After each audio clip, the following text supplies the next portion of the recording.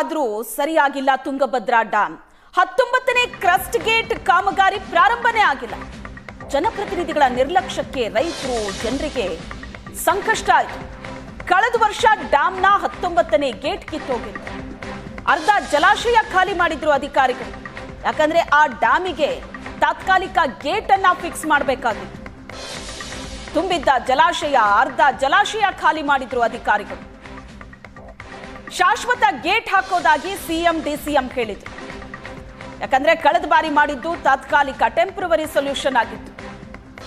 ಹಾಗಾಗಿ ಶಾಶ್ವತವಾದಂತಹ ಗೇಟ್ ಹಾಕಬೇಕು, ಅಲ್ಲೊಂದು ಶಾಶ್ವತ ಪರಿಹಾರ ಮಾಡಬೇಕು ಅಂತ ಎಕ್ಸ್ಪರ್ಟ್ಗಳು ಅಭಿಪ್ರಾಯ ಕೊಟ್ಟಿದ್ರು. ಸಿಎಂ ಡಿಸಿಎಂ ಹೇಳಿದ್ರು ಶಾಶ್ವತ ಗೇಟ್ ಹಾಕ್ತೀವಿ ಅಂತ. ಈಗ ಮಳೆ ಪ್ರಾರಂಭ ಆಗಿದೆ, ಗೇಟ್ ಇನ್ನೂ ಅಳವಡಿಸಿಲ್ಲ. ಎಲ್ಲಾ ಗೇಟ್ನ ದುರಸ್ತಿ ಮಾಡಬೇಕು ಅಂತ ತಜ್ಞರು ಹೇಳ್ತಾ ಇದ್ದಾರೆ. ಎಲ್ಲಾ ಗೇಟ್ನ ದುರಸ್ತಿ ಕೂಡ ಮಾಡಬೇಕಾಗಿದೆ, ಇಲ್ಲ ಅಂದ್ರೆ ಮುಂದಿನ ದಿನಗಳಲ್ಲಿ ಸಮಸ್ಯೆ ಆಗುತ್ತೆ ಅಂತ ಸಿಎಂ ಡಿಸಿಎಂ ಹೇಳಿದ್ರು. ಬೇಸಿಗೆಗಾಲದಲ್ಲೇ ಇದನ್ನ ಸರಿ ಮಾಡ್ತೀವಿ ಅಂತ. ಯಾಕಂದ್ರೆ ಡ್ಯಾಮ್ನಲ್ಲಿ ನೀರಿನ ಮಟ್ಟ ತೀರಾ ಕಡಿಮೆ ಇರುತ್ತೆ.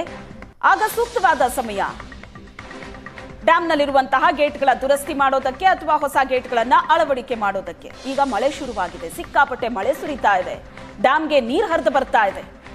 19ನೇ ಗೇಟ್ ಕಾಮಗಾರಿ ಮಾಡದೆ ನಿರ್ಲಕ್ಷ್ಯ ಮಾಡಿದ್ದಾರೆ. ಜಲಾಶಯ ತುಂಬಿದ್ರೆ ಮತ್ತೆ ಅಪಾಯ ಎದುರಾಗೋದು ಗ್ಯಾರಂಟಿ. ಗೇಟ್ ದುರಸ್ತಿ ಆಗದೆ ಡ್ಯಾಮ್ ಭರ್ತಿ ಆದ್ರೆ ಮತ್ತೆ ಕಂಟಕ ಎದುರಾಗುತ್ತೆ.